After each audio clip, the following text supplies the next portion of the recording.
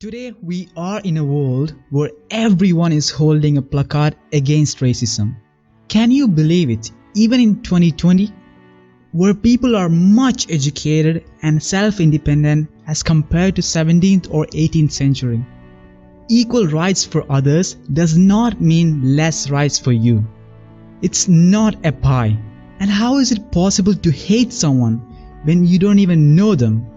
The senseless death of George Floyd and countless other black people serve as a painful reminder of the racial injustice that continues to impact communities around the world. We cannot change the prejudice of the past, but we can certainly determine the future. Now more than ever. Most of us has misunderstood that the opposite of racist is being a non-racist. In fact, it is anti-racist. And to be an anti-racist requires a clear understanding of history.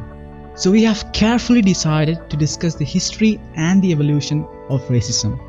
This is Geek Illustrator, and today we will lighten you up on how to be anti-racist. Racism is the belief that a particular race is superior or inferior to the other. So what is this thing called race? Race is a false classification of people that is not based on any real or accurate biological or scientific truth. In other words, the distinction we make between races has nothing to do with the scientific truth. Race is a political construction, something created by the people, and that is not a natural development. The concept of race was created as a classification of human beings with the purpose of giving power to white people and to legitimize the dominance of white over non-white. Now we are going to take some time to prove these points by looking at the history and the development of race and racism. White is an artificial construct. Because of the definition of white changes due to time and geography.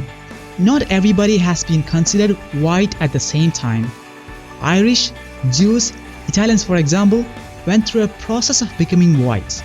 This was a process of assimilation that required certain cultural losses in order to gain white privilege and power. Some people who may have been considered white were once lived in South America for example, and when they moved to the US were then considered Latino by the white society.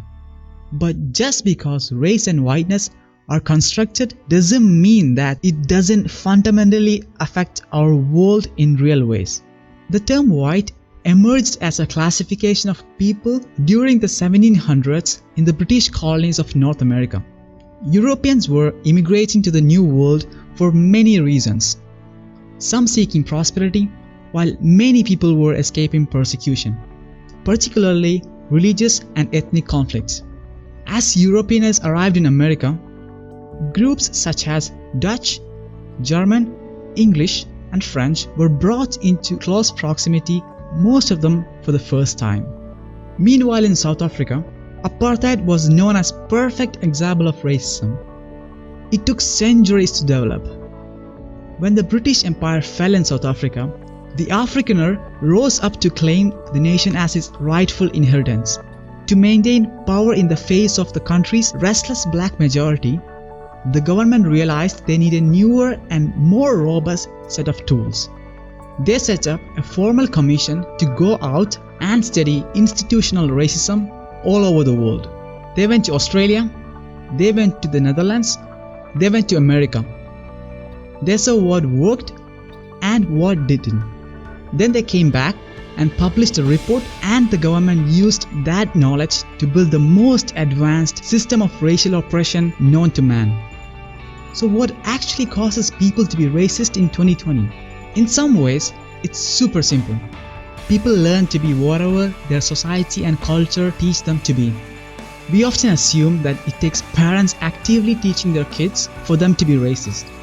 The truth is that unless parents actively teach their kids not to be racist, there are chances that they end up being one. And this is not the product of evil inside them. It comes from the environment, the air all around us. While we all can agree that there is no such thing as race, racism is a social construct, and it has benefits like a box of crayons with different colors. or like a rainbow when all the 7 colors combine together. Any color alone would do no good. The same is with the people. Color doesn't matter, but unity can create wonders in this world. So who is it to blame? Is it history or our ancestors? No, it is each and every one of us. We should try to bring changes, at least not to repeat history. The parents should teach the children a really good way of living their lives but not to ruin others. The politicians must stop their divide and rule policy based on race or anything for their growth. We as citizens should consider our fellow being equal. The changes should start within ourselves, to our home, to society, to state, and to the world. As a famous quote stated, "Don't ask us to provide information for you, instead participate in your own education. We have already given you enough of our free labor." So we suggest 10 books to read, which is all about race and everything you need to know about it. So we start with So You Want to Talk About Race by Ijeoma Oluo. When They Call You a Terrorist, a Black Lives Matter memoir by Patrisse, Cullors and Asha Bandele. Eloquent Rage, Black Feminists Discover Her Superpower by Brittney Cooper. An African American and Latinx History of United States by Ortiz. The Color of Success, Asian Americans and the Origins of the Moral Minority by Ellen Dru. Waking Up White and Finding Myself in the Story of Race by Debby Irving. This Muslim American Life, Dispatches from the War on Terror by Mustafa Boyomi.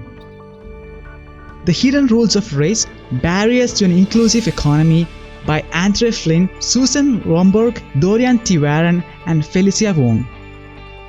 Why Are All the Black Kids Sitting Together in the Cafeteria and Other Conversations About Race by Beverly Daniel Tatum. Algorithms of Oppression, How Search Engines Reinforce Racism by Sophia Noble. You can get all these books online. The link is given in the descriptions below, so please check it out. So with this video, we request all people to stand together against racism and bring the rainbows back to our lives, and to be like a panda, black, white and Asian. Ciao.